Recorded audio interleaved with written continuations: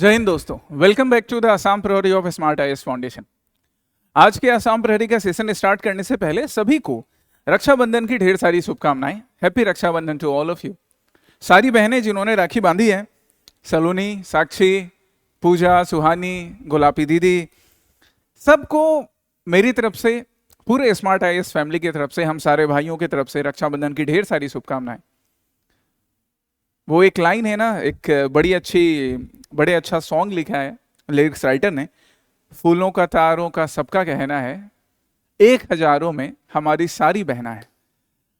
आज सावन का महीना खत्म हो रहा है, सावन की पूर्णिमा है, तो भगवान महादेव से, माँ पार्वती से यही कामना है, हाथ जोड़कर यही विनती है कि हम सारे भाई बहनों को उनका आशीर्वाद हमेशा मिले। भाई बहन दोनों एक दूसरे की रक्षा करें, एक दूसरे के सुख में दुख में हमेशा साथ दें, हमेशा खुश रहें हम सब लोग। और वो सारी बहनें सारे भाइयों को भी जिनके विशेष मैसेजेज आए, सबको again happy Rakshabandhan, happy Rakhi to all of you.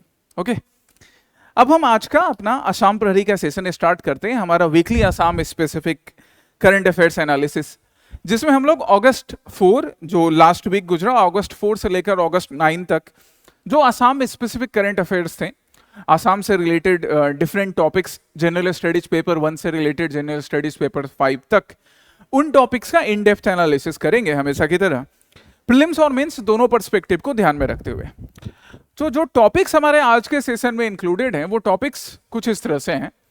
पहला टॉपिक होगा इरोजन इन आसाम। ये न्यूज़पेपर में एक आर्टिकल था जो आसाम के डिफरेंट रीजन्स में किस तरह से रिवर वाटर को लेकर, ब्रह्मपुत्र और बाकी उसके ट्रिब्यूटरीज की वजह से, एक्सेस वाटर की वजह से जो इरोजन हो रहा है, स्पेशली न्यूज़पेपर में आर्टिकल किस वजह से आता है, because central government Majuli island के प्रोटेक्शन को लेकर नए इनिशिएटिव या नए एलोकेशन इशू कर रहा है, फंड का एलोकेशन इशू कर रहा है।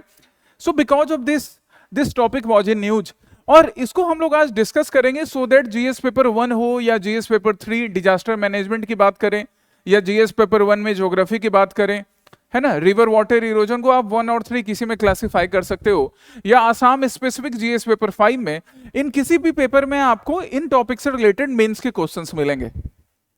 और प्रीलिम्स में यहां से क्या क्वेश्चंस आएगा, क्या कॉन्सेप्चुअल क्वेश्चंस आ सकते हैं, वो भी इस सेशन के ड्यूरेशन में मैं तुम्हारे साथ डिस्कस करूंगा। अलग से तो प्रैक्टिस क्वेश्चंस आपके लिए रहेंगे ही, आज तुम्हारे लिए मैं अलग से ज्यादा प्रैक्टिस क्वेश्चन देने वाला हूं। मेंस के लिए ना तुम्हारे पास ज्यादा प्रैक्टिस क्वेश्चन होंगे इस बार, क्योंकि मेंस का एग्जामिनेशन नजदीक आ रहा है, और अगले साल भी अगर मेंस देना है, उसके बाद भी मेंस देना है, स्टिल प्रैक्टिस अभी से करनी है। तो आज मेंस का क्वेश्चन एक्स्ट्रा रहेगा, एक्स्ट्रा मेंस प्रैक्टिस क्वेश्चन है। दूसरा टॉपिक होगा डॉक्टर बीरेंद्र कुमार भट्टाचार्य जी के ऊपर। डॉक्टर बीरेंद्र कुमार भट्टाचार्य जिन्होंने मॉडर्न एसएमएस लिटरेचर को एक नई पहचान दी। ना सिर्फ उन्होंने लिटरेचर के फील्ड में अपना योगदान दिया, अपना कंट्रीब्यूशन दिया, बल्कि बाकी जो यंग तभी प्रोफेशनल्स थे जो लिटरेचर के फील्ड में या जर्नलिज्म के फील्ड में अपना काम कर रहे थे, उनको भी इनका प्रोत्साहन मिला, इनका सपोर्ट मिला।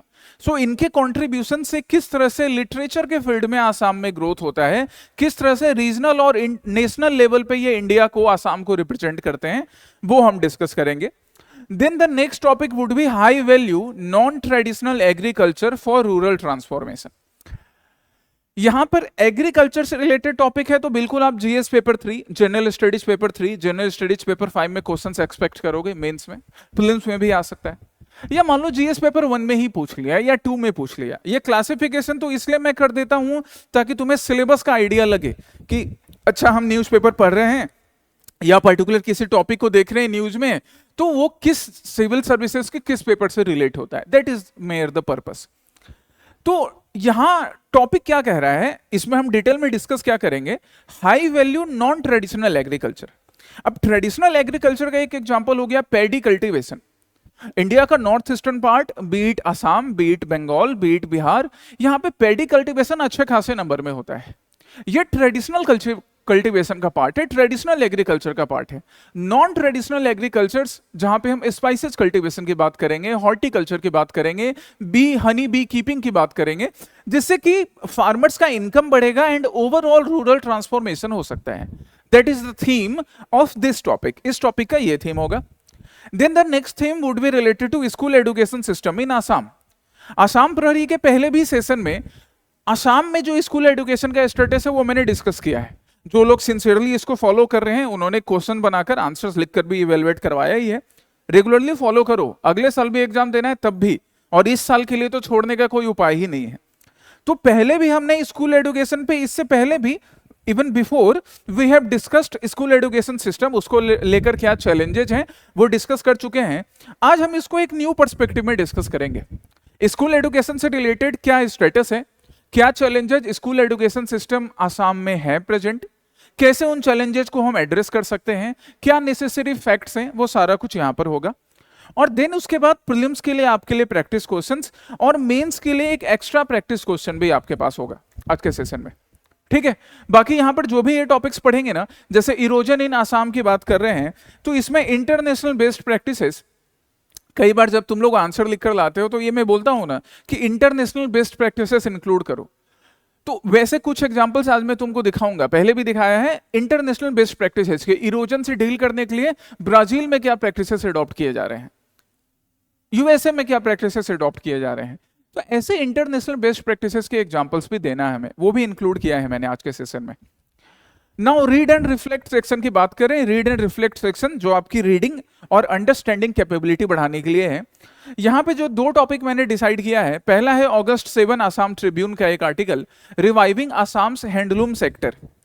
अब इस आर्टिकल का रेलेवेंस तुम देखो क्या है। अगस्त 7 को हमने किस रूप में सेलिब्रेट किया, अभी रिसेंटली अगस्त 7 को हमने सेलिब्रेट किया है हैंडलूम डे के रूप में, नेशनल हैंडलूम डे के रूप में। Because August 7 it was somewhere referring पूरा अगस्त का महीना, अगस्त 5, अगस्त 6, अगस्त 7, अगस्त 8, अगस्त 9, ये पूरा जो महीना है ना, ये पूरा महीना कभी हैंडलूम के लिए सेलिब्रेट किया जाता है, कभी ये क्विट इंडिया मूवमेंट के एनिवर्सरी के रूप में सेलिब्रेट किया जाता है, कभी किसी फेमस पर्सनैलिटी के बर्थ एनिवर्सरी, ये भी एक मेजर कॉन्सिडेंस होता है। अगस्त 1 तिलक साहब की इस बार 105th डेथ एनिवर्सरी हमने सेलिब्रेट की। तो नेशनल हैंडलूम डे के रूप में जब हम हैंडलूम सेक्टर के कॉन्ट्रीब्यूशंस को डिस्कस कर रहे थे, तो एक बड़ा अच्छा आर्टिकल आसाम ट्रिब्यून में क्या आया, that reviving Assam's handloom sector, Assam के हैंडलूम सेक्टर को कैसे रिवाइव किया जा सकता है। इस टॉपिक से रिलेटेड क्वेश्चन मेंस का मैं तुम्हें बना के दे सकता हूं, but first what I am expecting, मैं क्या एक्सपेक्ट कर रहा हूं अभी, क्योंकि पहले डिस्कस किया है हैंडलूम सेक्टर को हमने। सो मैं आज क्या एक्सपेक्ट कर रहा हूं कि आप आसाम ट्रिब्यून का अगस्त 7 का न्यूज़पेपर ओपन करोगे और इसको पढ़ोगे, reviving Assam handloom sector, Assam के हैंडलूम सेक्टर रिवाइवल को लेकर क्या कुछ भी इसमें इनपुट दिए गए ये तुम पढ़ोगे। दूसरा टॉपिक है इंडियन एक्सप्रेस अगस्त 8 का, जिसमें उत्तरकाशी उत्तराखंड में अभी जो क्लाउड बर्स्ट की वजह से फ्लैश फ्लड वाली सिचुएशंस हुई, जिसमें कई लोगों ने अपनी जान गंवाई, उसको लेकर एक बड़ा अच्छा अवेयरनेस क्रिएट करने वाला article, Uttarkashi tragedy is a warning, respect the mountain, ये आर्टिकल छपा है।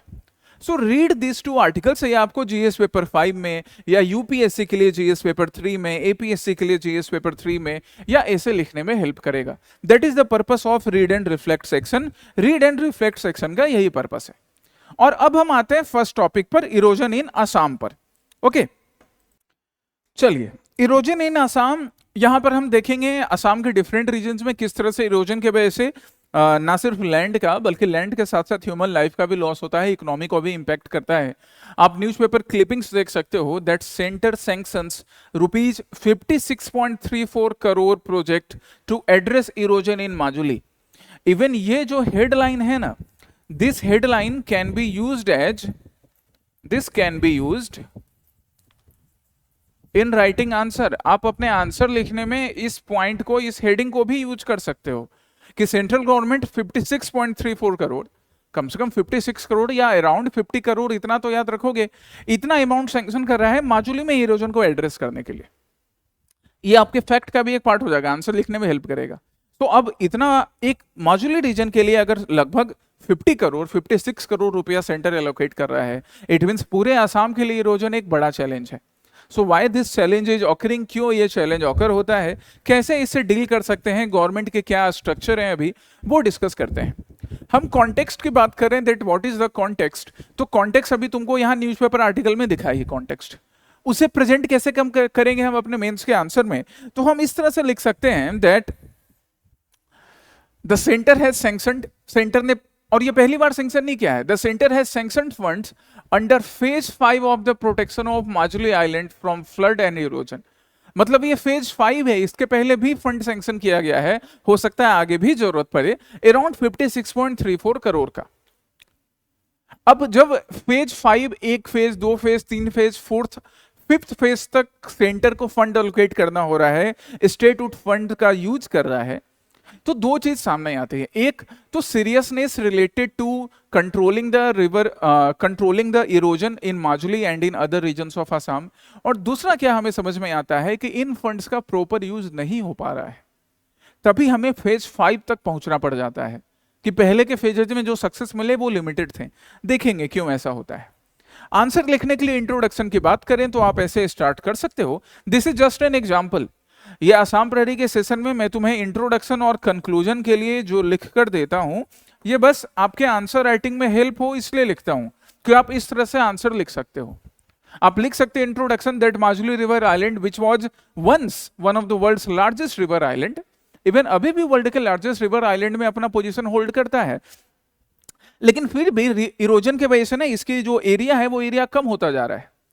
And this erosion is not only challenging the geographical area but also the cultural and ecological value of this region. Cultural and ecological value को भी challenge कर रहा है। ऐसे करके हमें ना इंट्रोडक्शन लिखना है। क्वेश्चन में रिवर्स की वजह से इरोजन मेंशन किया गया है, बट जब आप इंट्रोडक्शन लिखोगे तो आप बताओगे that Majuli one of the largest riverine island hold immense cultural and ecological value, so that's why the problem of erosion, ये जो इरोजन का प्रॉब्लम है, इट इज थ्रेटनिंग ना सिर्फ इसके ज्योग्राफिकल एरिया के लिए बल्कि ज्योग्राफिकल एरिया के साथ साथ कल्चरल एंड इकोलॉजिकल वैल्यू के लिए भी। इंट्रोडक्शन ऐसे लिखने का काम करेंगे। ओके, अब हम इरोजन के स्टेटिस्टिक्स की बात करते हैं। यहाँ पे जितने भी जो भी नेसेसरी डेटा चाहिए ना आंसर लिखने के लिए, जितना भी नेसेसरी डेटा चाहिए या फैक्ट चाहिए वो आपके लिए मैंने इंक्लूड कर रखा है यहाँ पर। सबके सब तुम रट के अपने आंसर में लिख लो, याद करके अपने आंसर में लिख लो, इतना पॉसिबल नहीं है, बट उसका एक उपाय है। जब हम रेगुलर पढ़ते हैं ना तो कुछ चीजें हमारी दिमाग में बैठ जाती हैं। करत करत अभ्यास के जरमती होत सुजान, रसरी आवत जात से सील पर परत निशान। मतलब बार बार अभ्यास करने से ना, बार बार अभ्यास करने से वो होता है ना, कुएं पर रस्सी जो खींचते हैं तो पत्थर पे भी निशान पड़ने लगता है। धीरे धीरे कई चीजें याद हो जाएंगे। 10 में से 5 फैक्ट याद रहेगा, 4 याद रहेगा, वही मेंस के आंसर में एग्जाम में लिख कर आओगे। ठीक है, देखो पहला क्या मैंने यहां मेंशन किया, that Majuli island has lost approx 75 square kilometre since 1986। Since 1986 इसका जो एरिया है around 75 square kilometre of land has been lost, and this is important. ये 75 स्क्वायर किलोमीटर भी काफी इंपॉर्टेंट है माजुली जैसे आइलैंड रीजन्स के लिए। उसके बाद हम दूसरा बात क्या कर रहे हैं, एनुअल लैंड लॉस का। The average annual land loss in Assam is about 8000 hectares. Majuli से शुरू करके अब हम पूरे आसाम की बात कर रहे हैं कि not only in Majuli but in other regions as well, क्योंकि आप यहाँ पे मैप देख सकते हो किस तरह से बाकी रीजन्स में भी इरोजन का काम होता है, किस तरह से बाकी रीजन में भी इरोजन हो रहा है, और उसके लिए अलग अलग बोर्ड्स बने हैं, अलग अलग डिपार्टमेंट बने हैं। तो सालाना annually around 8000 hectare of land loss हो जाता है इरोजन की वजह से। ये दोनों फैक्ट अलग अलग चीज से, एक चीज से रिलेटेड हैं, बस दो चीज माजुली को और आसाम को रेफर कर रहे हैं। Then over 4.27 lakh hectares of the land have been eroded across Assam since 1950। कि आजादी के बाद से हम कंपेयर करें 1950 से तो लगभग 4.27 lakh hectares of land Erode हो चुका है। अब 3 फैक्ट हो गए, इन 3 फैक्ट्स को अपने मेंस के आंसर में यूज आपको कैसे करना है या प्रीलिम्स में ये फैक्ट कैसे आएंगे। पहले शुरुआत किया था हमने माजुली से कि लगभग 75 स्क्वायर किलोमीटर लैंड लॉस्ट हो चुका है। पूरे आसाम की हम बात करें सालाना तो 8000 हेक्टेयर सालाना लॉस हो जाता है एनुअली, एंड इंडिपेंडेंस के बाद 1950 से हम काउंट करें तो 4.27 लाख हेक्टेयर लॉस्ट हो चुका है। अब इन तीनों पॉइंट को मर्ज करके आप सिंगल सेंटेंस में भी यूज कर सकते हो या अलग अलग जगह रेफरेंस में डाल सकते हो, ऐसे यूज करना है आपको। और अब यहां मैप, इस तरह से मैप, प्रैक्टिस द मैप, है ना। मैप वर्क बहुत जरूरी है, भले आपकी पेंटिंग की स्किल्स उतनी अच्छी नहीं हो बट एक रफ मैप बनाने की प्रैक्टिस आपको करनी है सो दैट आप अपने मेंस के आंसर में भी मैप बना सको और प्रीलिम्स में भी मैप बेस्ड क्वेश्चंस गलत नहीं हो आपके।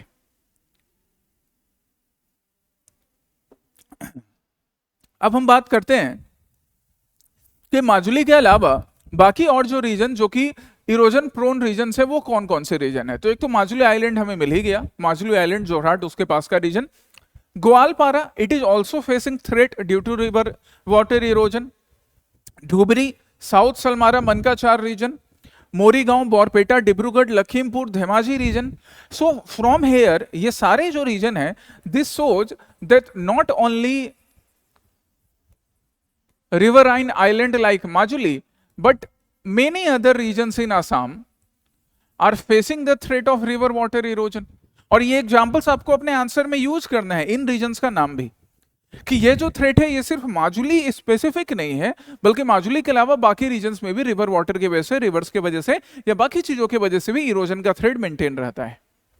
ओके, चलिए अब हमें ये मालूम पड़ गया कि किस तरह से डिस्ट्रीब्यूशन है इरोजन का। इसके पीछे क्या फैक्टर्स हैं? What are the responsible factors because of which the erosion problem of erosion, issues of erosion is still persisting? क्या मेन फैक्टर्स हैं? तो पहला मेन फैक्टर हो गया ब्रह्मपुत्रा का dynamic course.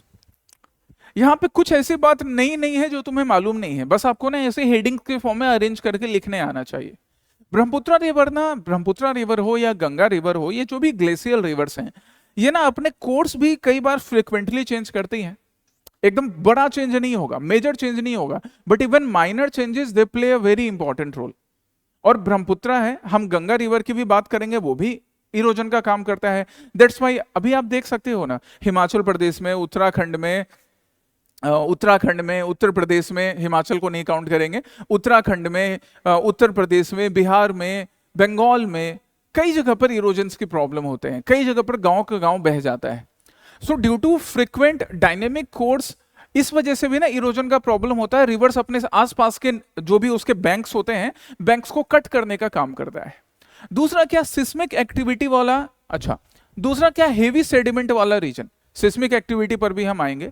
Heavy sediment load, Brahmaputra since dry region से बहता है, तिब्बत से होते हुए फिर चाइना वाले रीजन से बहकर जब अरुणाचल प्रदेश आसाम में एंटर कर रही है Brahmaputra river, then before entering India, it was flowing through a dry region and that's why carry a lot of silt, lot of sediment. काफी ज्यादा सेडिमेंट, काफी ज्यादा सिल्ट कैरी कर रहा है। और वो जो सिल्ट और सेडिमेंट कैरी कर रहा है ना, तो रिवर का जो बेड है वो ऊपर हो जाता है। पहले भी मैंने तुम्हें समझाया है। ये रहा पानी का बोतल, अब इसे आप रिवर समझ लो। अभी इतना पानी है, इतना दिख रहा है, अब इसके अंदर मैंने मिट्टी डाल दिया तो धीरे धीरे वाटर लेवल खुद ब खुद ऊपर हो जाएगा। रिवर के साथ भी ऐसा ही होता है, सिंस नीचे सेडिमेंट है तो रिवर बेड में सेडिमेंट जमा है, रिवर का लेवल ऊपर बढ़ता जाता है। Even because of this erosion occurs, इसके वजह से भी इरोजन होता है। Then seismic and geo tectonic instability, zone 5 of seismic zone में रहने की वजह से, फ्रिक्वेंटली सिस्मिक एक्टिविटी के वजह से भी रिवर वाटर अपने बैंक वाले रीजन में या जिस रीजन से रिवर्स फ्लो करती हैं, इरोजन का काम करती हैं। सो ये भी एक मेन फैक्टर हो जाता है behind region. Then monsoonal intensity, इस साल थोड़ी कम बारिश हुई, इस वजह से कुछ डिस्ट्रिक्ट्स को ड्रॉट हिट डिक्लेयर करना पड़ा। पर फिर भी जब बारिश होती है तो इतनी तेज बारिश होती है, इक्विटेबल डिस्ट्रीब्यूशन नहीं है बारिश का, या तो बारिश कमी हो रही है, and all these are adverse impact of climate change. बारिश एकदम कम हो रही है तो ड्रॉट जैसे सिचुएशंस है, अदरवाइज 2 रोज भी होती है तो इतना तेज बारिश होता है, मॉनसून इंटेंसिटी इतनी ज्यादा होती है कि फ्लैश फ्लड जैसे सिचुएशंस अराइज होते हैं, जिससे इरोजन होता है। Then unregulated mining on the course of the river, river के बैंक के किनारे सैंड माइनिंग या बाकी मिनरल्स रिसोर्सेस एक्सट्रैक्ट करने के लिए माइनिंग के वजह से भी erosion, and deforestation another region. So ये सारे जो फैक्टर्स हैं ना, they are not new factors जिसके बारे में पहले तुम्हें सुना नहीं है।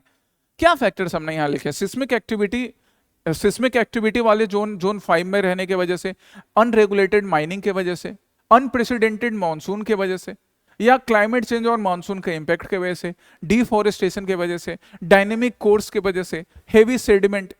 ये सब ज्योग्राफी की क्लासेस में भी पढ़ते हैं, कई सेशन में पहले भी डिस्कस हो चुका है। बस हेडिंग्स के फॉर्म में ना इसको प्रॉपर्ली अरेंज करने आना है आपको। चलिए देन, अच्छा एक और चीज यहां पे देखो, मैं जब हेडिंग बना रहा हूं तो हेडिंग बनाने में ध्यान रखना है ना कि सिर्फ एक वर्ड का हेडिंग नहीं बना देना है जिससे कुछ मालूम नहीं पड़े। अच्छा, एक वर्ड का हेडिंग मैंने डिफोरेस्टेशन बनाया है, but this word is making it clear that due to deforestation, since deforestation की वजह से ट्रीज कट हो रहे हैं, and that's why the region, that part of the land is more prone to erosion. लेकिन यहाँ पे अगर सिर्फ मैं माइनिंग लिख देता तो माइनिंग के वजह से इरोजन कैसे हो रहा है ये नहीं मालूम होता, इसलिए मैंने क्या लिखा, अनरेगुलेटेड माइनिंग। तो हेडिंग बनाने के टाइम में ध्यान रखना है कि अगर एक वर्ड से मीनिंग क्लियर नहीं हो रहा है देन एटलीस्ट 2 to 3 वर्ड्स के हेडिंग्स बनाइए, सब हेडिंग्स बनाइए। अब हमें कॉजेज समझ में आ गया कि क्या कॉजेज है इरोजन का आसाम में, और ये सेम कॉजेज ना बाकी रीजन में भी अप्लाई होंगे थोड़े बहुत चेंजेस के साथ। कभी ये आंसर लिखने की रिक्वायरमेंट आपको सपोज आप बिहार पीसीएस का एग्जामिनेशन दे रहे हो या यूपीएससी दे रहे हो, वहां पर भी एप्लीकेबल होगा ये। चैलेंजेस क्या क्या है, कॉजेस तो हमें समझ में आ गया, but why still we are facing challenges.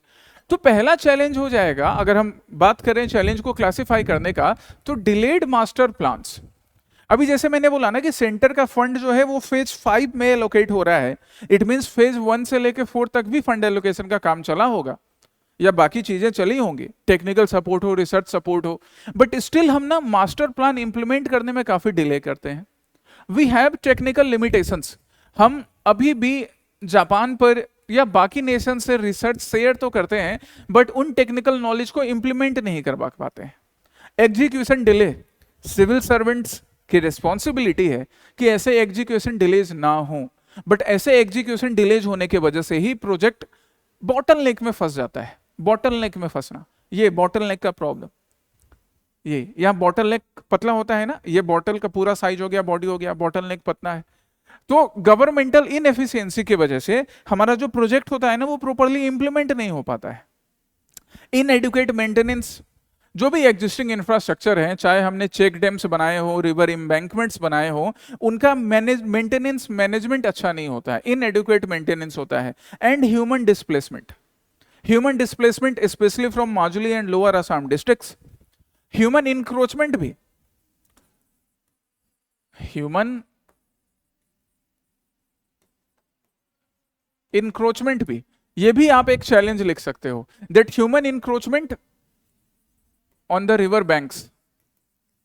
अब रिवर बैंक्स पे जब ह्यूमन इंक्रोचमेंट होता है ना, इसका देखो दो चीज होगा, ह्यूमन वहां पे सेटल होने के लिए जो भी ट्रीज वगैरह है उसको कट कर देंगे, तो डिफोरेस्टेशन हो रहा है। ह्यूमन वहां पे अब सेटल हो चुके हैं, ट्रीज आपने कट कर दिया था, आप वहां पे एग्रीकल्चर कर रहे हो, अनसस्टेनेबल एग्रीकल्चर कर रहे हो, तो उसके वजह से नुकसान क्या होगा कि इरोजन एक तो फास्ट होगा, और जब इरोजन होगा तो ह्यूमन लाइफ का लॉस भी होगा। So that's why even this is a challenge, ये भी एक चैलेंज हो गया। ठीक है, नाउ अब जब हमने चैलेंज समझ लिया, हमने कॉजेस समझ लिया, तो अब हम देखते हैं कि अभी तक क्या मेजर्स लिए गए हैं, आगे क्या वे फॉरवर्ड हो सकते हैं। तो मेजर्स टेकन सो फार की बात करें, सारे बॉडी को डिस्कस करेंगे, ब्रह्मपुत्रा रिवर बोर्ड की बात करेंगे, हम मेजर्स टेकन की बात करें तो मेजर्स टेकन क्या क्या है, वे फॉरवर्ड नहीं है, ये सब ऑलरेडी टेकन मेजर्स हैं। Porcupine structures, porcupine structures, porcupines install करना so that to reduce water velocity and promote silt deposition. Water velocity को अगर कम किया जाए, एक सिंपल एग्जांपल आप लो, सिंपली एक ग्लास से वाटर जमीन पर गिराओ, सिंपल, आराम से इजीली, और एक पाइप को प्रेस करके तेजी से फास्ट पेस के साथ वाटर को जमीन पर गिराओ, तो लैंड का इरोजन किस केस में ज्यादा होगा, जब हम पाइप से प्रेस करेंगे सेकंड केस में तब ज्यादा। उस केस में ज्यादा इसलिए हो रहा है क्योंकि वाटर की वेलोसिटी ज्यादा हो जाती है। पोर्क्यूपाइन स्ट्रक्चर से हम वाटर वेलोसिटी कम करते हैं। Revetment and embankments banana, this is another method which is being implemented. वही इन एम्बैंकमेंट्स का प्रॉपर मेंटेनेंस नहीं होता है, इसलिए कई बार एम्बैंकमेंट्स टूट जाते हैं फ्लड वाले सिचुएशंस में, या जब रिवर एक्सेस वाटर कैरी कर रहा होता है तो। River training works, river training works को इंप्लीमेंट करना, scientific research related to addressing the issue of erosion and satellite monitoring, ये सब मेजर्स हैं जो कि अभी तक लिए जा चुके हैं या लिए जा रहे हैं अलग अलग इंस्टीट्यूशंस के थ्रू, ब्रह्मपुत्रा बोर्ड जैसे इंस्टीट्यूशंस के थ्रू या आईआईटी गुवाहाटी के थ्रू, टेक्निकल जो भी टेक्निकल नॉलेज हो, रिसर्च वर्क हो, साइंटिफिक रिसर्च, उनके शेयर करने से ये वैसे मेजर्स हैं जिससे कि इरोजन को कंट्रोल करने का काम किया जाता है। दीज आर दोज मेजर्स, ये वैसे मेजर्स हैं। ठीक है, अब इन मेजर्स को लेने के लिए कौन कौन सी बॉडी बनी हुई है, सरकार किन बॉडीज के थ्रू काम करती है, उसमें सबसे पहले नाम आता है ब्रह्मपुत्रा रिवर बोर्ड का। सबसे पहले इट मींस कि बड़ा इंपॉर्टेंट नाम है। एक स्टेचुअरी बॉडी है, याद रखिएगा, ये देखो this is an statutory body, यहां भी मैंने तुम्हारे लिए लिख लिया है, इनके खुद के डिटेल में वेबसाइट में भी स्टेचुअरी वर्ड मेंशन है, if you would look you can find, आप ढूंढ सकते हो। ठीक है। तो Brahmaputra river board which is an statutory body established in 1980, Assam water resource department, right, IIT Guwahati and intake, ये अलग अलग इंस्टीट्यूशंस, अलग अलग बोर्ड्स हैं विच हैव बीन मेड। इनके सारे डिटेल्स आपको मेंस के आंसर्स में नहीं लिखने हैं। I am just mentioning this departments, मैं जस्ट ये डिपार्टमेंट को मेंशन कर रहा हूं कि ये इंस्टीट्यूशंस बने हुए हैं जिससे इरोजन को कंट्रोल किया जा सके। प्रीलिम्स में कभी नाम आ सकते हैं इन इंस्टीट्यूशंस का। असम डिजास्टर मैनेजमेंट अथॉरिटी भी एक अनदर इंस्टीट्यूशंस हो गई जिसके कई गाइडलाइंस एंड स्ट्रेटजी हैं, जैसे early warning system. Early warning system, अब सपोज मॉनसून की वजह से रेन ज्यादा है तो अर्ली वार्निंग सिस्टम वहां पर हेल्प कर सकता है जिससे कि ह्यूमन लाइफ लॉस बच सके। Community based disaster risk reduction, that is another guideline of Assam disaster management authority, कि कम्युनिटी बेस्ड वर्क करके लोकल पॉपुलेशन, लोकल पंचायत के इन्वॉल्वमेंट से रिवर वाटर इरोजन को कम किया जाएगा। Rehabilitation guidelines which has been issued by state disaster management authority, rehabilitation के लिए वैसी पॉपुलेशन का जिनका ऑलरेडी इंक्रोचमेंट के वजह से डिस्प्लेसमेंट हो चुका है। एंड क्लाइमेट रेजिलियंस प्लान्स का डेवलपमेंट करना। ये सारे वो बजटरी, ये सारे वो मेजर्स हैं, स्ट्रेटजी हैं जो कि state disaster management authority use करती है। So these are the existing measures. इसके साथ साथ कई बजटरी एलोकेशंस एंड स्कीम्स भी हैं, जैसे रिसेंट का 56.3 crore by central government for addressing the issue of erosion in Majuli region. Flood management programme, state budget, Assam की गवर्नमेंट भी इरोजन को कंट्रोल करने के लिए, फ्लड को कंट्रोल करने के लिए 1000 करोड़ का बजट इशू कर रही है। ठीक है। Assam integrated river basin management project, जो किसके सपोर्ट से चल रहा है? वर्ल्ड बैंक के सपोर्ट से चल रहा है। अब ये वाला पार्ट ना प्रीलिम्स में पूछा जा सकता है। कैसे प्रीलिम्स में पूछा जा सकता है? ऐसे एक स्टेटमेंट देके, स्टेटमेंट क्या दिया जाएगा? Assam integrated river basin management project is going on with the support of dash, fill in the blanks. किसके सपोर्ट से? तो वर्ल्ड बैंक के सपोर्ट से। So these are the existing measures, existing plans which are being taken to address the issue of erosion. Way forward अब हमें बताने बोला जाएगा कि क्या वे फॉरवर्ड हो सकते हैं, कैसे हम इरोजन को कंट्रोल करने के लिए और बेहतर कर सकते हैं। तो यहां पे कुछ मेजर्स हैं, जैसे मॉडर्नाइजिंग ब्रह्मपुत्र बोर्ड। अब ब्रह्मपुत्र बोर्ड का सेटलमेंट तो काफी पहले हो चुका है, but still the Brahmaputra river is causing erosion and threatening the life of human as well as loss of agriculture and other capital supports. So Brahmaputra board को मॉडर्नाइज करना, ज्यादा साइंटिफिक सपोर्ट देना, मैन पावर ज्यादा अवेलेबल करवाना, right. Leveraging AI and GIS, artificial intelligence का use करना, geographical mapping का use करना, इनको यूज करके भी हम इरोजन के प्रॉब्लम को, फ्लड की वजह से जो प्रॉब्लम होता है उन प्रॉब्लम को से डील कर सकते हैं। इंटर स्टेट ब्रह्मपुत्र बेसिन का फॉर्मेशन करवाना। ब्रह्मपुत्र रिवर या इरोजन जो प्रॉब्लम है वो सिर्फ असम का प्रॉब्लम नहीं, बल्कि मेघालय और अरुणाचल का भी प्रॉब्लम है, बंगाल का भी प्रॉब्लम हो सकता है, बिहार का भी प्रॉब्लम। सिर्फ ब्रह्मपुत्र नहीं, बिहार से ब्रह्मपुत्र नहीं बह रही है, पर बिहार से कोसी बहती है ना, गंगा बहती है। तो बिहार से कोसी गंगा जो बहती है वहां जो प्रॉब्लम है, and if they have adopted good practice, if Bengal had adopted good practice, then we can mention it here. Inter state coordination. Erosion control must be treated as an emergency climate adaptation. एक emergency measure adopt करना जिससे कि erosion के problem को सिर्फ साल दर साल delay नहीं किया जाए, बल्कि एड्रेस किया जाए प्रॉपरली। इंटरनेशनल बेस्ट प्रैक्टिसेस की बात करें तो यहाँ पे कुछ इंटरनेशनल बेस्ट प्रैक्टिसेस हैं जो ब्राजील जैसे नेशंस में, यूएसए जैसे नेशंस में ऑलरेडी अडॉप्ट किए जा चुके हैं। बाकी आप अपने पड़ोस के भी नेशंस का एग्जांपल दे सकते हो। पहला एक मैंने क्या इंक्लूड किया यहाँ पर, बायोडिग्रेडेबल इरोजन कंट्रोल मैट्स। मतलब ऐसे मैट्स चटाई होती है, हम यूजुअली, अभी आप क्या देखोगे अपने घर के आसपास अपने इंडिया में, कि हम जो मैट्स बनाते हैं या जो नेट बनाते हैं इरोजन को कंट्रोल करने के लिए, वो मेटल का बना होता है। अब वो बायोडिग्रेडेबल नहीं होता है ना, तो उसका भी एक अलग नुकसान है। यहाँ पे एक बढ़िया इंटरनेशनल प्रैक्टिस किस चीज का हो रहा है, बायोडिग्रेडेबल मैट्स बनाना। बायोडिग्रेडेबल मैट से क्या होगा कि आप इरोजन के प्रॉब्लम को भी एड्रेस कर पाओगे, और सिंस वो बायोडिग्रेड हो जाएगा तो सॉइल हेल्थ की प्रॉब्लम भी नहीं होगी, इवन सॉइल हेल्थ इंप्रूव होगा। एक साथ दोनों काम हो गया। सॉइल स्टेबलाइजेशन प्रोडक्ट्स को यूज करना। सॉइल स्टेबलाइजेशन प्रोडक्ट के लिए देखो यूज क्या क्या करते हैं, कोकोनट फाइबर, स्ट्रॉ। यहां पे ना हम बैम्बू को यूज कर सकते हैं, और बैम्बू का प्रोडक्शन आसाम में काफी बढ़िया है, राइट। रिसाइकलिंग, रिसाइकल्ड पेपर को, बैम्बू से पेपर बनता है या बैम्बू से ही डायरेक्टली हम पेपर बना रहे हैं, या बैम्बू के स्ट्रॉ यूज कर रहे हैं। This can be mixed with the soil to provide a stable base for vegetation to grow. Soil के साथ हम क्या कर रहे हैं, बेम्बू के पल्प बनाकर उसको मिक्स कर रहे हैं, जिससे कि सॉइल स्टेबल भी होगा और वेजिटेबल का ग्रोथ भी स्टेबल होगा, फास्ट हो सकेगा। इससे ना तो सॉइल के हेल्थ को नुकसान हुआ, सॉइल वहां पे मजबूत भी हो गया, लूज नहीं रहा, वेजिटेशन का ग्रोथ भी हुआ, इरोजन कंट्रोल हुआ।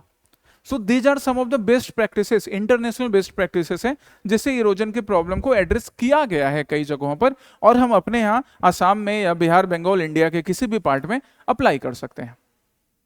So now on the basis of this discussion, अब रिवर वाटर इरोजन को लेकर आपके लिए ये मेंस का प्रैक्टिस क्वेश्चन। तो अभी तक जो तुमने सीखा, यहाँ पे जितने भी हमने पॉइंट्स देखे, जो भी हमने डाटा देखा, इन सबको अपने मेंस का आंसर लिखने के लिए यूज करना है।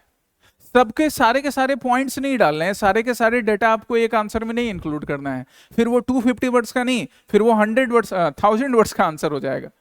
आपको करना क्या है, जितना आपने सीखा है ना, आप उसको क्रक्स बनाकर, आप उसका मोरल निकालकर अपने आंसर में पुट कर दो, है ना, उसका एसेंस निकालकर अपने आंसर में पुट कर दो, यही करना है।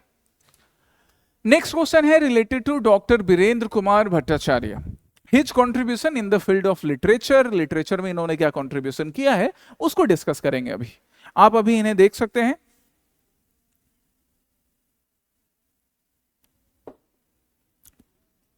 देखो, डिफरेंट पर्सनैलिटीज को जो हम अभी आसाम प्रहरी के सेशन में डिस्कस कर रहे हैं या बाकी क्लासेस में डिस्कस करते हैं, क्योंकि ना मेंस में ऐसे क्वेश्चंस आ रहे हैं, जीएस पेपर 1 या जीएस पेपर 5 में, इनके बारे में पहले भी मेंस में क्वेश्चन पूछा जा चुका है, अभी फिर से न्यूज़पेपर में मेंशन थे तो हम अगेन डिस्कस कर रहे हैं, क्योंकि क्वेश्चन आ सकता है, आगे भी आएगा। पहले जो पूछा गया है वो ना पूछा जाए आगे, ऐसी कोई गारंटी, ऐसी कोई बात नहीं होती। हम बात करें श्री बीरेंद्र कुमार भट्टाचार्य जी के बारे में, then he is one of the pioneer of modern SMS literature. SMS literature के प्रिजर्वेशन एंड प्रमोशन में कई लोगों ने योगदान दिया है, जिनमें से एक हैं श्री बीरेंद्र कुमार भट्टाचार्य जी। ठीक है, इन्होंने मॉडर्न एसएमएस लिटरेचर में जो योगदान दिया उसके लिए इन्हें ज्ञानपीठ अवार्ड से सम्मानित किया गया, and he is the first ever SMS person जिनको ज्ञानपीठ अवार्ड से सम्मानित किया गया था। कब सम्मानित किया गया था? 1979 में, फॉर हिज वर्क मृत्युंजय। अब ये सारी चीज ना प्रीलिम्स के लिए बड़ी इंपॉर्टेंट होती हैं। मेंस में आप इस तरह से इंट्रोडक्शन या अपने बॉडी का पार्ट लिखने में यूज करोगे, बट प्रीलिम्स में ऐसे ऐसे पॉइंट्स बड़ा इंपॉर्टेंट हो जाता है। He is the first SMS person who was awarded Jnanpith award for his work Mrityunjay 1979। इसके साथ साथ इन्हें साहित्य अकेडमी अवार्ड से भी सम्मानित किया जा चुका था पहले 1961 for his contribution in discovering and nurturing and promoting young literary talent in Assam. इन्हें अपने साहित्य अकेडमी अवार्ड के लिए इन्हें सम्मानित पहले किया जा चुका है बाकी वर्क्स के लिए। साथ ही साथ he has nurtured promoted young talents इन आसाम। जैसा मैंने शुरू में इंट्रोडक्शन में ही बताया कि इन्होंने ना सिर्फ लिटरेचर में अपना योगदान दिया, बल्कि साथ ही साथ बाकी इनसे जो यंगर जनरेशन के जो लोग थे, जो लिटरेचर के फील्ड में अच्छा कर रहे थे, उन्हें भी सपोर्ट करने का काम किया है। That is actually a good leadership quality. अब हम इनके लिटरेरी विजन एंड फिलॉसफी के बारे में बात करेंगे। Then he champion literature as a de alienating force. De alienating force, चाहे बात लिटरेचर की हो, चाहे बात किसी भी आर्ट फॉर्म की हो, किसी भी टाइप का कंट्रीब्यूशन, किसी भी टाइप की स्पेसिफिक स्किल्स दो तरीके से यूज की जा सकती है। आप समाज को एलिनेट करने का काम कर रहे हो, समाज को सेपरेट करने का काम कर रहे हो, या समाज के दो ग्रुप को जोड़ने का काम कर रहे हो, डी एलिनेट करने का काम कर रहे हो। जब हम जोड़ने का काम करते हैं ना, तो वो सही मायने में समाज के लिए बेहतर होता है।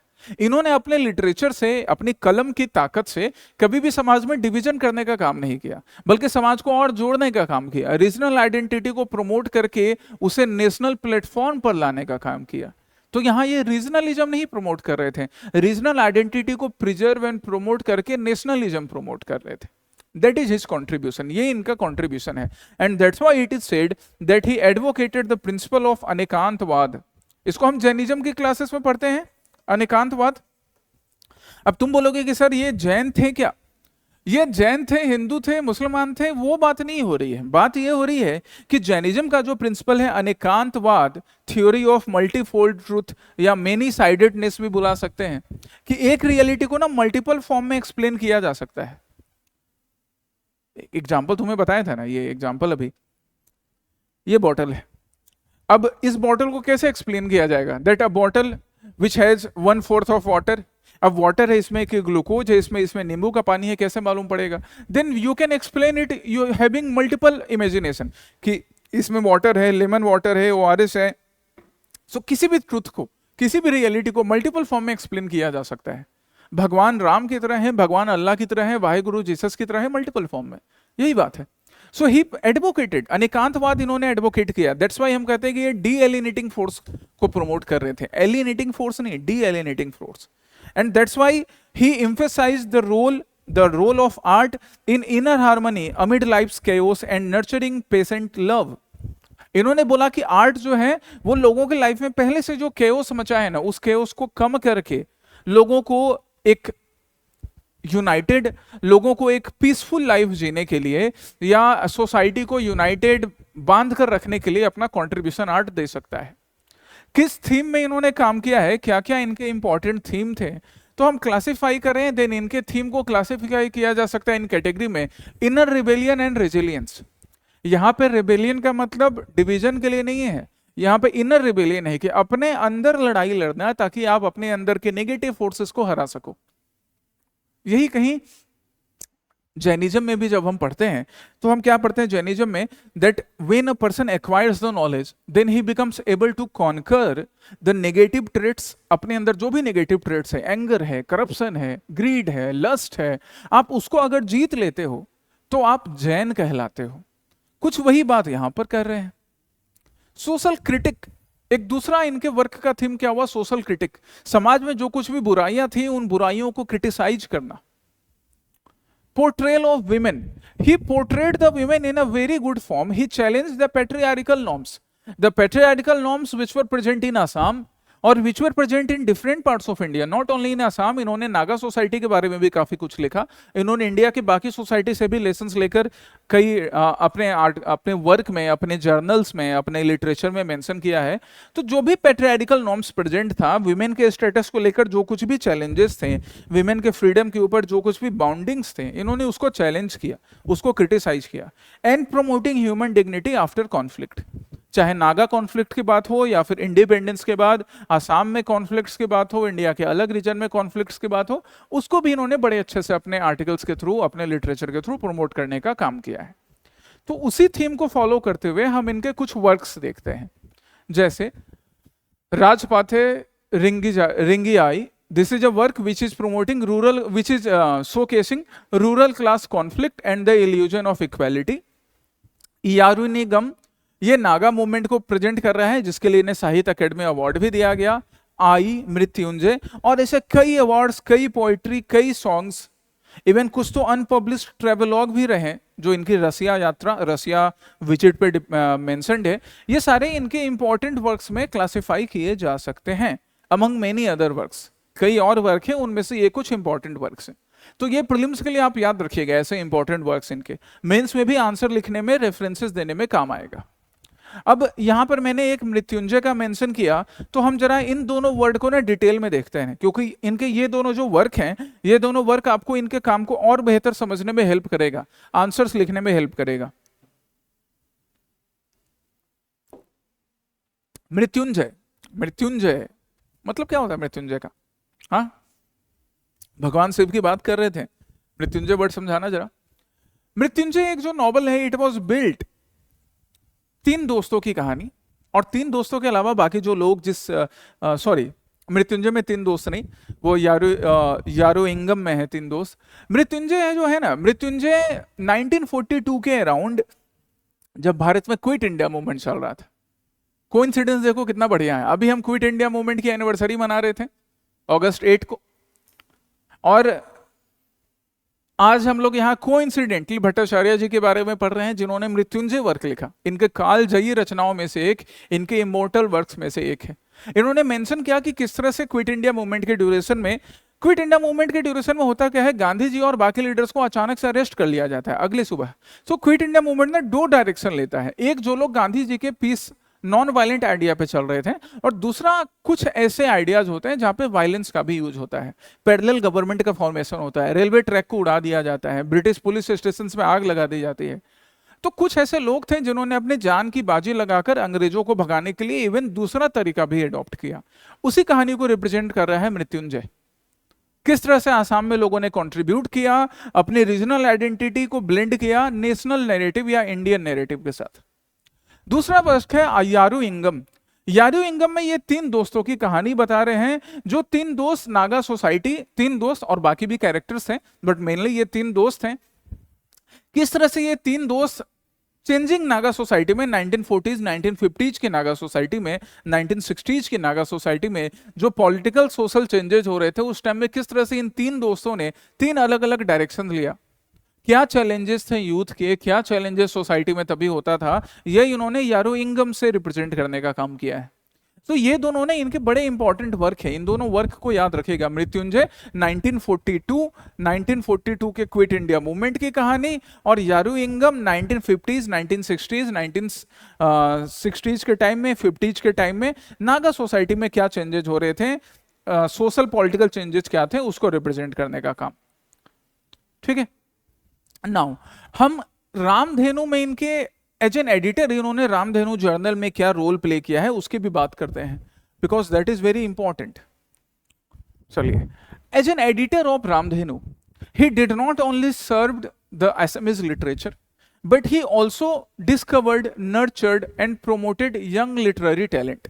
यंग लिटरेरी टैलेंट को भी इन्होंने नर्चर किया, प्रमोट किया, जो आगे जाकर काफी बढ़िया नाम करते हैं। उनमें से कुछ के एग्जाम्पल्स हैं लक्ष्मी नंदन बोरा, भावेंद्र नाथ सैकिया, राइट, सौरभ कुमार चालिया, नवाकांत बोरुआ। ये नाम कम है और कई ऐसे नाम हैं, मतलब कमी नहीं है उन लोगों की जिनको इन्होंने गाइड किया था, इन्होंने शेप किया था। As an editor of Ramdhenu, his role as the editor of this journal, Ramdhenu नाम के इस जर्नल के एडिटर के रूप में इन्होंने जो काम किया मिड 20th सेंचुरी में आसाम में, तो वो ना एक नया इरा का निर्माण करता है जिसको Ramdhenu era of Assamese literature कहा जाता है। तो इनका एक वर्क आगे जाके ना सिर्फ इनके जैसे या इनके रास्ते पे चलते हुए बाकी यंग टैलेंट के लिए नए रास्ते ओपन करता है लिटरेचर के फील्ड में, जर्नलिज्म के फील्ड में। दैट्स व्हाई असमीज लिटरेचर का ये रामधेनु इरा कहलाता है। सो बाकी लोगों के लिए भी गाइड मेंटरशिप देने का काम कर रहे थे। इसके लिए इन्हें अलग अलग अवार्ड से, ज्ञानपीठ अवार्ड से, साहित्य अकेडमी अवार्ड से, doctor BC Roy national award से, राम मनोहर लोहिया चेयर के रूप में इन्होंने कुरुक्षेत्र यूनिवर्सिटी में अपना योगदान दिया, और बाकी कई अवार्ड से इन्हें समय समय पर सम्मानित किया जा चुका है। ओके, नाउ इनके बाकी हम प्रोफेशनल रोल एंड सर्विसेज की बात करें कि इन्होंने बाकी क्या प्रोफेशनल रोल एंड सर्विसेज में हेल्प किया है, तो टीचिंग में भी इन्होंने अपना योगदान दिया। As a science teacher in Ukhrul Manipur, जो कि इनके लिटरेचर में दिखा, जहां पे इन्होंने मणिपुर के नागा जो फिक्सियस कैरेक्टर थे या रियल कैरेक्टर से इंस्पायर्ड कैरेक्टर्स थे उनको रिप्रेजेंट किया। साहित्य अकेडमी के वाइस प्रेसिडेंट और प्रेसिडेंट भी रहे, आसाम साहित्य सभा के प्रेसिडेंट भी रहे हैं ये, Assam fine and arts craft society के फाउंडर प्रेसिडेंट हैं। जर्नलिज्म में इन्होंने आसाम ट्रिब्यून, दैनिक आसाम, बाकी कई और जर्नल्स के साथ, न्यूज़पेपर्स के साथ बढ़िया काम किया, एडिटोरियल वर्क किया है। As well as he led literary delegations to China, Cuba, London, Russia and Poland as well. मतलब मल्टी डायमेंशन में, कई डायमेंशंस में, चाहे वो टीचिंग हो या जर्नलिज्म हो या लिटरेचर हो, लिरिक्स राइटिंग हो, पोइट्री राइटिंग हो, इन सब में इन्होंने अपना बढ़िया योगदान देने का काम किया है। ये सारे वो इंपॉर्टेंट फैक्ट्स हैं इनसे रिलेटेड, प्रीलिम्स के लिए बार बार रिवाइज करके याद रखना है, और मेंस में इनमें से कुछ फैक्ट्स को आपको इस आंसर को, इस क्वेश्चन का आंसर लिखने के लिए यूज करना है। ठीक है, सो ये दूसरा मेंस प्रैक्टिस क्वेश्चन हो गया आपके लिए श्री बीरेंद्र कुमार भट्टाचार्य जी के ऊपर। Now the next topic is high value non-traditional agriculture for rural transformation. गांवों में ट्रांसफॉर्मेशन लाने के लिए, हाई वैल्यू रूरल ट्रांसफॉर्मेशन के लिए क्या तरीके हैं?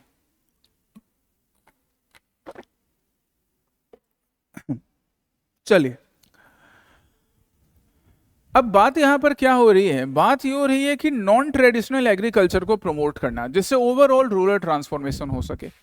तो इंट्रोडक्शन हम कैसे लिखेंगे? हम बताएंगे that the high value non traditional, है ना, नॉन ट्रेडिशनल, सिर्फ ट्रेडिशनल नहीं, non traditional agriculture it involves cultivating of crops और livestocks with higher economic returns. मतलब सिर्फ राइस का नहीं, पाइनएप्पल का या बाकी ऐसे हर्ब्स का, या honey bee cultivation, Honey bee farming करना, ऐसे प्रैक्टिसेस अडॉप्ट करना फ्रूट वेजिटेबल हर्ब्स एक्वाकल्चर में भी जिससे कि रिटर्न ज्यादा हो, जो कि रूरल इकोनॉमी को ट्रांसफॉर्म कर सके। तो ये तो इंट्रोडक्शन का पार्ट हो गया। स्ट्रेटजिक कॉन्टेक्स्ट क्या है इसकी? तो rural centrality around 65% of the Indian population and 47% of the GDP linked to rural sectors।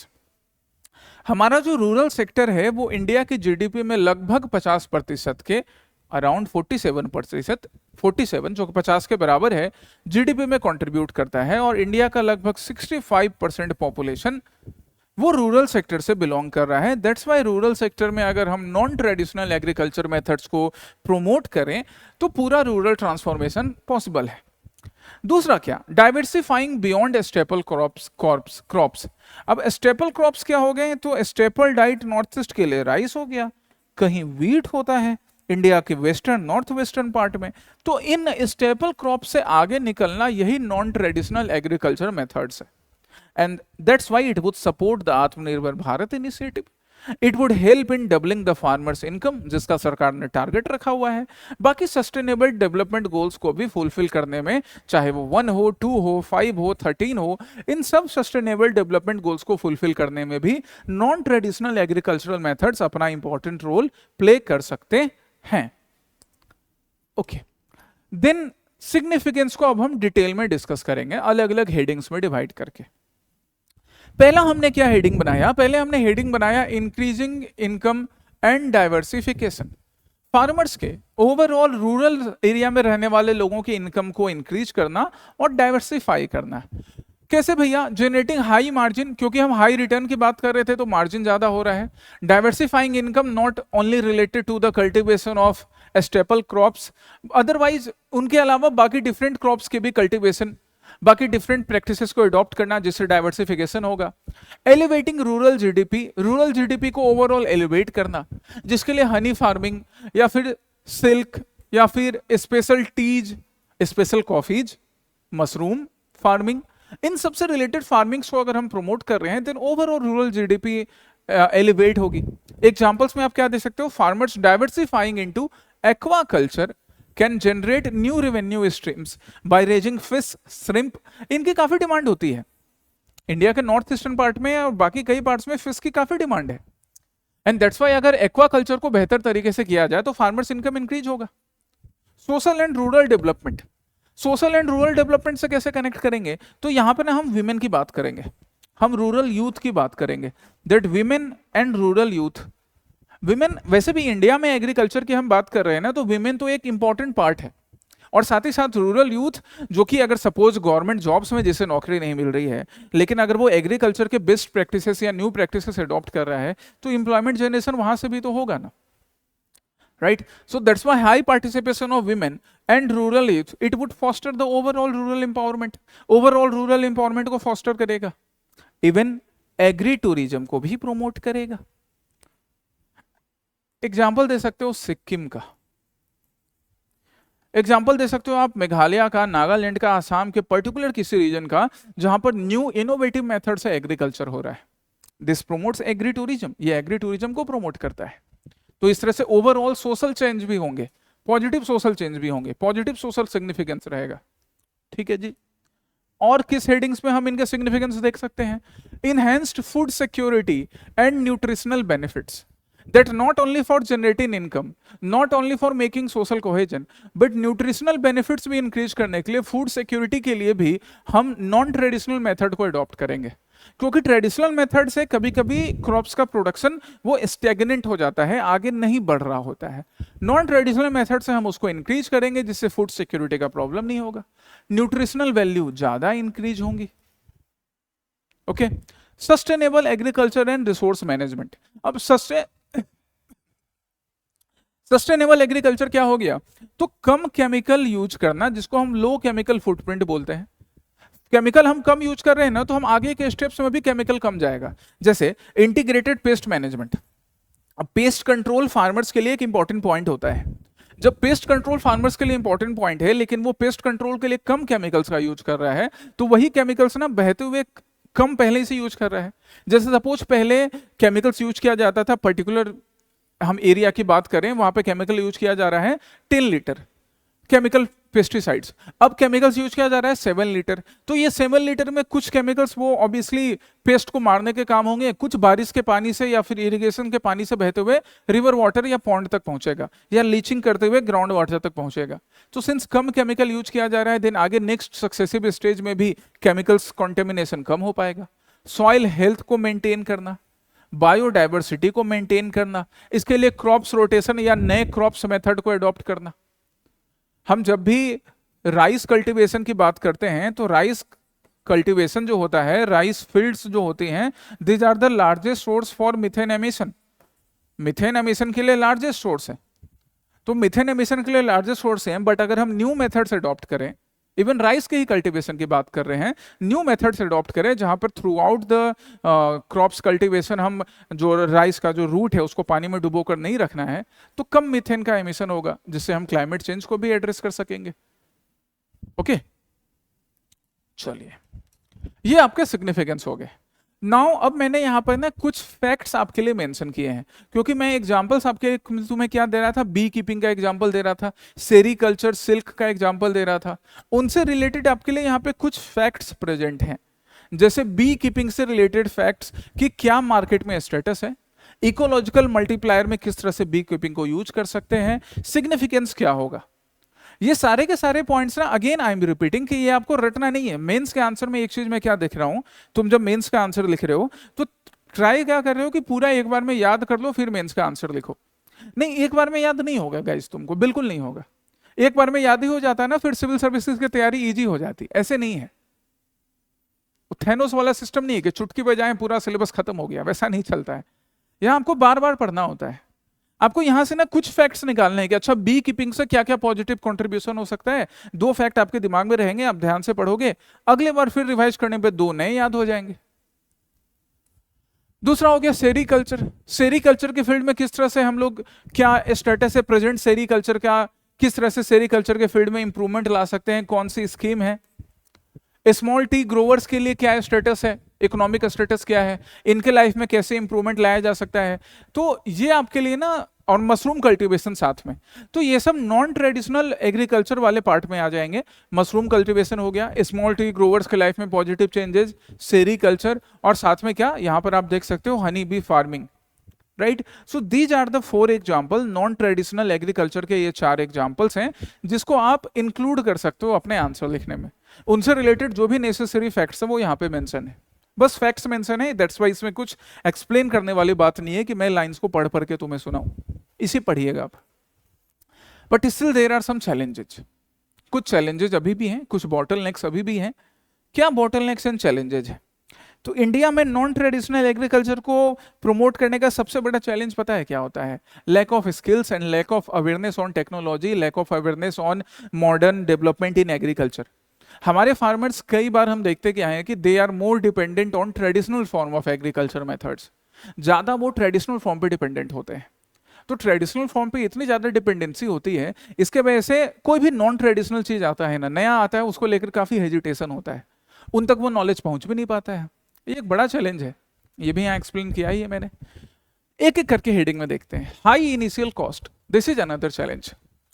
Farmers कई बार न्यू मेथड्स अडॉप्ट करने में हेजिटेट इसलिए करते हैं क्योंकि कॉस्ट ज्यादा होता है, या कहें तो इनिशियल कॉस्ट ज्यादा होता है। उन्हें ये लगता है कि भाई इतना रिटर्न मिलेगा कि नहीं मिलेगा, उससे बढ़िया हम धान की खेती जैसे कर रहे थे भैया वैसे ही करते रहेंगे। So that is a challenge, यहाँ पे गवर्नमेंट के सपोर्ट की जरूरत है। Weak supply chain, supply chain का वीक होना।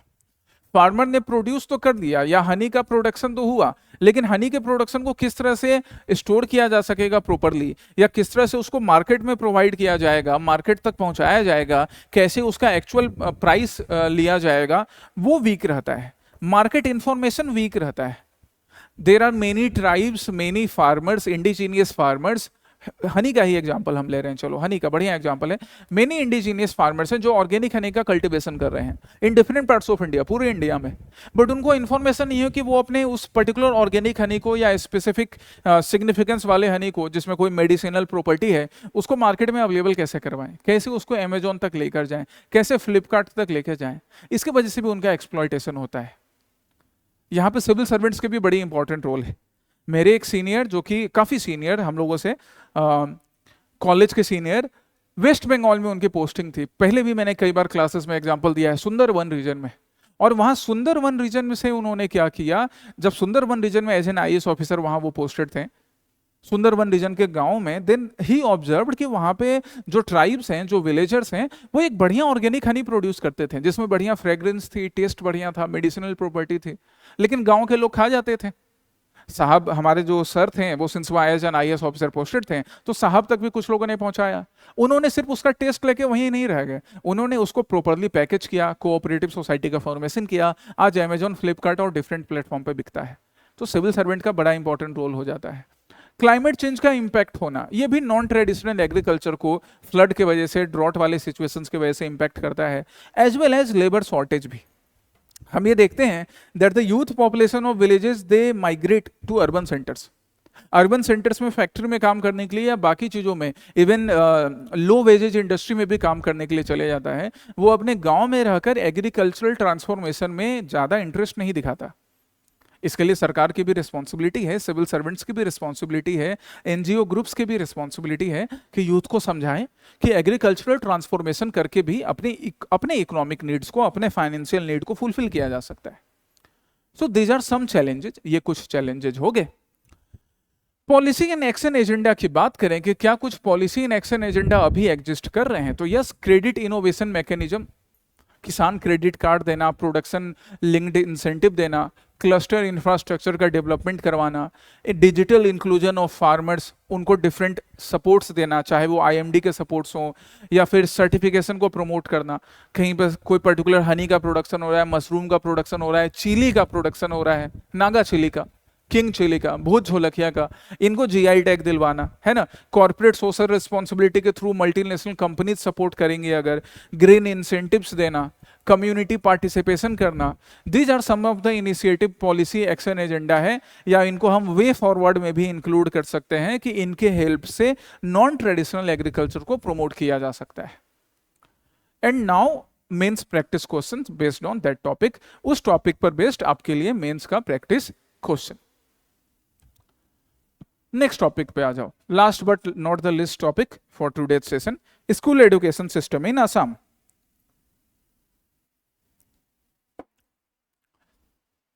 स्कूल एजुकेशन सिस्टम को लेकर हमने पहले भी जून जुलाई के सेशन में भी आसाम प्रहरी में डिस्कस किया है, बाकी DCA में भी प्रशांत सर ने आपके साथ डिस्कस करा, प्री सिक्योर में भी क्वेश्चंस आए हैं, national education policy time to time news में रहता है, that's why DCA pre secure in session में भी मेंशन रहता ही है वो।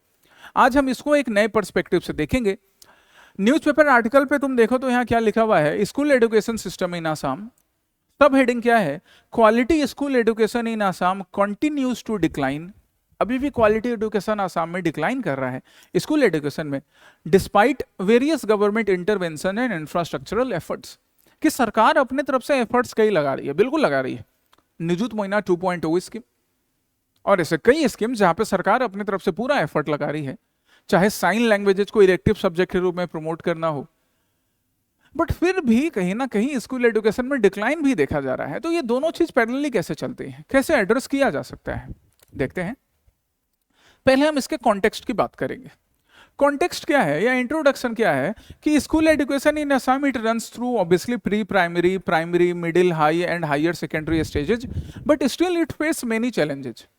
कैसे चैलेंजेस फेस कर रहा है, तो पुअर लर्निंग लेवल्स, कि जो स्कूल से पढ़कर स्टूडेंट निकल रहा है वो स्टूडेंट लिटरेट तो हो जाता है, या कहें तो उसके पास सर्टिफिकेट्स तो है, बट लर्निंग कैपेबिलिटीज कम होती है। जो भी सब्जेक्ट उसने पढ़े हैं, चाहे वो मेन सब्जेक्ट्स हो या इलेक्टिव सब्जेक्ट्स हो, चाहे वो कंप्यूटर्स की हम बात करते हैं, तो कंप्यूटर पढ़ तो लिया उसने क्लासेस में, स्कूल्स में, बट उसका प्रैक्टिकल एप्लीकेशन करके कैसे वो जॉब एक्वायर कर सकता है, नई स्किल्स सीख सकता है, वो कमी होती है।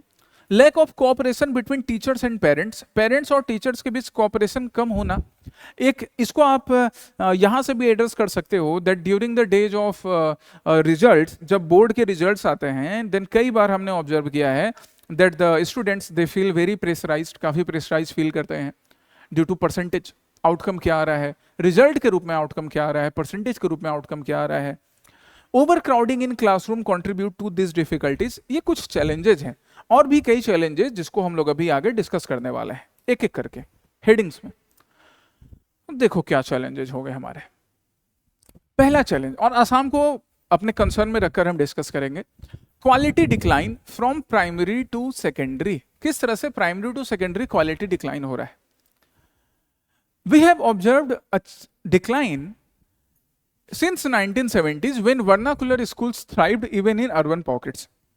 ये स्टेटमेंट क्या मीन कर रहा है कि 1970 से एक्चुअली डिक्लाइन हो रहा है किस चीजों में, वर्नाकुलर लैंग्वेज स्कूल्स में या वर्नाकुलर मीडियम्स में जो स्कूल्स प्रोवाइड की जा रही हैं। पहले वो अर्बन पॉकेट्स में भी या अर्बन सेंटर्स में भी थ्राइव कर रही थी, बट आजकल उनका डिक्लाइन हो रहा है। Now what does this mean, क्या स्टूडेंट्स वर्नाकुलर लैंग्वेज में सीखना नहीं चाहते हैं, क्या टीचर्स वर्नाकुलर लैंग्वेज में पढ़ाने के लिए नहीं है? ऐसा नहीं है।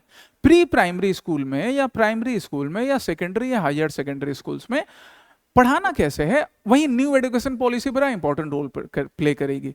तो कुछ पेडागोगिकल चेंजेस करने हैं, कुछ स्ट्रक्चरल चेंजेस करने हैं, टीचर की स्किलिंग पर ध्यान देना है कि वो वर्नाकुलर लैंग्वेज में भी स्टूडेंट को सिखा सके, पर साथ ही साथ उसको अवेयर करवाए इंग्लिश या बाकी ऐसे लैंग्वेजेस के थ्रू भी जिसके रोल उसे हायर सेकेंडरी में या कॉलेज लेवल एजुकेशन में काफ़ी इंपॉर्टेंट होने वाली है। अदरवाइज स्टूडेंट पहले से स्टूडेंट क्या देखते हैं कि अभी तो हम वर्नाकुलर लैंग्वेज में पढ़ रहे हैं, बट आगे हमें सिविल सर्विसेज में जाना है, हमें इंजीनियर बनना है, डॉक्टर बनना है, वहां वर्नाकुलर लैंग्वेज में हमारे पास कंटेंट अवेलेबल नहीं है। दैट्स व्हाई वो पहले भी हेजिटेट करते हैं। इसलिए हमें यहाँ एड्रेस करने की बात है, जरूरत है।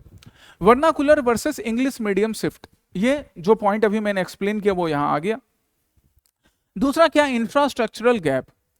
इंफ्रास्ट्रक्चरल गैप, स्कूल में टॉयलेट्स की कमी होना या प्रॉपर टॉयलेट्स नहीं होना, फर्नीचर्स या बिल्डिंग्स प्रॉपर हालात में नहीं होना। अभी भी जब गवर्नमेंट स्कूल्स या कॉलेजेस में कभी जाते हैं, चाहे सेमिनार करने के लिए गए या बाकी चीज़ों के लिए, तो इवन बेसिक फैसिलिटीज़ भी होती है ना, कि प्रॉपरली लाइट होना, बेंच डेस्क अच्छे से प्रॉपर कंडीशन में रहना। एसी की बात भी नहीं कर रहे हैं, फैन तो हो सकता है ना प्रॉपरली, स्टूडेंट्स के वॉल्यूम, स्टूडेंट डेंसिटी को देखकर। बेंच डेस्क तो सही कंडीशन में होने चाहिए। स्मार्ट बोर्ड नहीं हो, हालांकि स्मार्ट बोर्ड के भी अपने रिलेवेंस है कि इंटरनेट का यूज करके कई चीज़ों को दिखाया जा सकता है, पर कम से कम प्रोजेक्टर लगा दिया जाए, या जो ब्लैक बोर्ड हो या व्हाइट बोर्ड हो वो सही कंडीशन में हो। बट ये सारे चैलेंजेस भी होते हैं, ये सब इंफ्रास्ट्रक्चरल चैलेंजेस का पार्ट हो जाएंगे।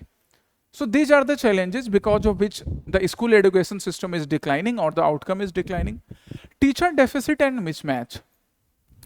अब एज एन एस्पिरेंट इसको और बेहतर कौन समझ सकता है कि तुम्हें नौकरी चाहिए, अच्छा जॉब चाहिए, not only in civil servant, even as a teacher, as a professor, but आप देखते हो कि there is a shortage of vacancy, vacancy की कमी है। अब जब टीचर के वैकेंसी की कमी है तो टीचर, स्कूल में पढ़ाने वाले टीचर की कमी होगी, तो स्टूडेंट का नंबर और टीचर के नंबर का मिसमैच होता है गवर्नमेंट स्कूल्स में। Non compliance with teacher people ratio, जो टीचर पीपल रेशियो सजेस्ट किया जाता है उसको फॉलो नहीं किया जा रहा है गवर्नमेंट स्कूल्स में। High drop out rates from class 8 to 10, और ये ड्रॉप आउट रेट्स इन्हीं सब वजह से होते हैं। बच्चा पहले से तो पढ़ रहा है, पर आगे जाके ये देखता है कि अरे यार टीचर कम है हमारे गवर्नमेंट स्कूल्स में, स्किलिंग प्रॉपर नहीं दी जा रही है, इंफ्रास्ट्रक्चर सही नहीं है। हम क्या करते हैं, प्राइवेट स्कूल्स में एडमिशन ले लेते हैं, या स्कूल में अटेंडेंस ही नहीं लगाएंगे, हम प्राइवेट कोचिंग में पढ़ लेंगे, स्कूल में बस एग्जाम दे लेंगे जाकर। That is an issue, and that's Y learning outcome भी जो होता है ना वो हमारा पुअर रहता है। कई स्टूडेंट पास तो कर लेते हैं बट उनके अंदर प्रॉपर स्किल्स नहीं आ पाती। ओके, अब इसका वे फॉरवर्ड क्या होगा। यहां पे कुछ गवर्नमेंट इनिशिएटिव मैंने तुम्हारे लिए मेंशन किए हैं, like Nijut Moina scheme, Sarva Shiksha Abhiyan, you can include new initiatives as well, and कुछ वे फॉरवर्ड जो हम अपने तरफ से बता सकते हैं। इंफ्रास्ट्रक्चर या स्ट्रक्चरल बॉटलनेक्स की बात कर रहे थे, तो इंफ्रास्ट्रक्चर डेवलपमेंट करवाना, development of dream hubs by 2035, development of new modern schools, Eklavya model schools को ट्राइबल रीजन्स में प्रमोट करना, केंद्रीय विद्यालय या बाकी ऐसे स्कूल्स के तर्ज पर स्टेट्स में स्कूल्स खोलना। टीचर रिक्रूटमेंट को इंक्रीज करना, इससे ना सिर्फ अनएम्प्लॉयमेंट की प्रॉब्लम एड्रेस होगी बल्कि स्कूल में एजुकेशन भी इंप्रूव हो जाएगा। क्वालिटी इनहेंसमेंट पे ध्यान देना, स्किल्स इंप्रूव करवाना। असम के पास तो आईआईटी गुवाहाटी भी है, तो आईआईटी गुवाहाटी से अगर कोई बेस्ट प्रैक्टिसेस सीखने को मिल रहा है, कोई रिसर्च आईआईटी गुवाहाटी का अवेलेबल है, या आईआईटी गुवाहाटी के अलावा आईआईटी पटना का हो, आईआईटी कानपुर का हो, कहीं का अवेलेबल है, देन उन रिसर्च वर्क का यूज करना। एक्चुअली लास्ट अगर हम इसको समराइज करें ना, तो समराइज ये करने की बात है कि चाहे वो नेशनल एजुकेशन पॉलिसी हो, या आईआईटी गुवाहाटी का रिसर्च हो, या जापान का रिसर्च हो, या इंडिया के किसी और सेंटर का रिसर्च हो, उसका प्रॉपर इंप्लीमेंटेशन करवाने की जरूरत है। तब जाकर स्कूल एजुकेशन सिस्टम में जो डिजायर्ड चेंज है वो डिजायर्ड चेंज हो पाएगा। ओके, निजुत मोइना स्कीम का एक स्क्रीनशॉट मैंने यहां पर दिया है, डिटेल में तुमने पहले भी क्लासेस में या बाकी सेशन में पढ़ा है, so you can include that Nijut Moina 2.0 scheme, या निजुत मोइना का जो फर्स्ट पार्ट था इम्प्लीमेंटेशन का, उसके प्रॉपर इम्प्लीमेंटेशन से किस तरह से हम स्कूल एजुकेशन में चेंजेस ला सकते हैं, positive changes. And this is the mains practice question. ये आज के आपके आसाम प्रहरी सेशन का एजेंडा था, रीड एंड रिफ्लेक्ट का सेशन। एक बार फिर से तुम्हें रिमाइंड करने के लिए कि तुम भी पढ़ो, ये मैं फिर से इसलिए रिमाइंड कर रहा हूं कि तुम भी पढ़ो, तुम्हारा खुद से भी न्यूज़पेपर पढ़ना बहुत जरूरी है। ये 2 आर्टिकल आपके लिए, और अब आपके लिए प्रीलिम्स के ये प्रैक्टिस क्वेश्चन।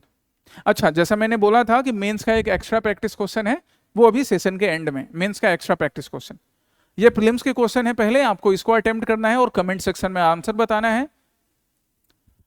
दूसरा प्रैक्टिस क्वेश्चन, थर्ड, फोर्थ, आप स्क्रीन पॉज करके भी बना सकते हो या कमेंट सेक्शन से डॉक्यूमेंट डाउनलोड करके भी। Fifth and now this mains practice question. क्या कॉन्टेक्स्ट है इस मेंस प्रैक्टिस क्वेश्चन का, आप देख सकते हो, bachelor of Alaboi, a very important battle, जिसकी शुरुआत या जिसका डेट है अगस्त 5, 1669। अभी मैंने बोला ना कि अगस्त का महीना ही इतना खास है, 1 अगस्त से लेकर पूरा अगस्त 15 अगस्त तक, देश की आजादी तक। यहां पे हम बैटल ऑफ एलाबॉय की जो बात कर रहे हैं, यहाँ पे वीर लचित बोरफुकान ने अपनी वीरता दिखाई थी किनके सामने, मुगल फोर्सेस के सामने। कुछ मुगल रूलर्स थे जिनको यह घमंड था कि पूरी कायनात उनकी है, उनके सामने अडिग खड़े रहना। और एक बड़ा अच्छा कोइंसिडेंस है गाइज, वीर लचित बोरफुकान के ऊपर ऑब्वियसली आसाम की सोसाइटी में आसाम का बच्चा बच्चा इनकी वीरता की कहानी जानता है और जानना चाहिए, उसे इंस्पिरेशन है। अब राजस्थान के भी टेक्स्ट बुक में ये वीर लचित बोरफुकान की कहानियां इंक्लूड की जा रही है। राजस्थान की धोरा वाली धरती भी ऐसे ही थी, जहां महाराणा प्रताप, उनके पूर्वज राणा सांगा, कभी पृथ्वीराज चौहान, ये खड़े थे मुगल फोर्सेस के या फिर बाहरी फोर्सेस के सामने। कुछ उसी तरह यहाँ पे वीर लचित बोरफुकान खड़े थे मुगल फोर्सेस के सामने, अपने स्वाभिमान को सरेंडर नहीं किया। तो ये बैटल ऑफ एलाबॉय के बारे में आपने आसाम हिस्ट्री की क्लासेस में भी पढ़ा है। आप यहाँ पे ये मैं डिटेल में डिस्कस नहीं कर रहा, दैट ये करंट का पार्ट नहीं है, स्टैटिक पार्ट है जो आप क्लासेस में पढ़ते हो, बस मैंने रेफरेंस दिया है। इसी रेफरेंस पर बेस्ड आपका एक मेंस का प्रैक्टिस क्वेश्चन। तो अपनी स्टडी मटेरियल को एक बार फिर से पढ़ो, क्लासेस को पढ़ो, और ये मेंस का प्रैक्टिस क्वेश्चन अटेम्प्ट करोगे। ठीक है, जिन लोगों ने अभी ये टॉपिक नहीं पढ़ा है क्लासेस में, वो बाद में भी अटेम्प्ट कर सकते हैं, बट क्वेश्चन ध्यान में रखना। ये आपके आज के आसाम प्रहरी के सेशन का एजेंडा था। ओके, संडे को आपके पास ये सेशन आपको अपलोड मिल जाएगा लाइव स्ट्रीमिंग डॉक्यूमेंट के साथ साथ। अच्छा हाँ, डेली करंट अफेयर्स का जो मैगजीन है, करंट अफेयर्स मैगजीन, वो शेयर किया जा चुका है टेलीग्राम चैनल पर। आसाम प्रहरी जुलाई मंथ का जो था वो मैगजीन इंग्लिश और एसएमएज दोनों में शेयर किया जा चुका है। प्री सिक्योर का भी कंपाइलेशन आपके साथ शेयर हो जाएगा। टेलीग्राम चैनल का लिंक भी मैं कमेंट सेक्शन में अटैच कर दूंगा, आप वहां जाकर डाउनलोड कर सकते हो। Okay, so sincerely follow this sessions. जो भी प्रैक्टिस क्वेश्चंस दिए गए हैं उसको बनाइए, अटेम्प्ट कीजिए। सही और गलत होना अलग बात है, बट अटेम्प्ट कीजिए। ठीक है, अच्छे से पढ़ाई कीजिए, अपना ध्यान रखिए। टेक केयर, जय हिंद।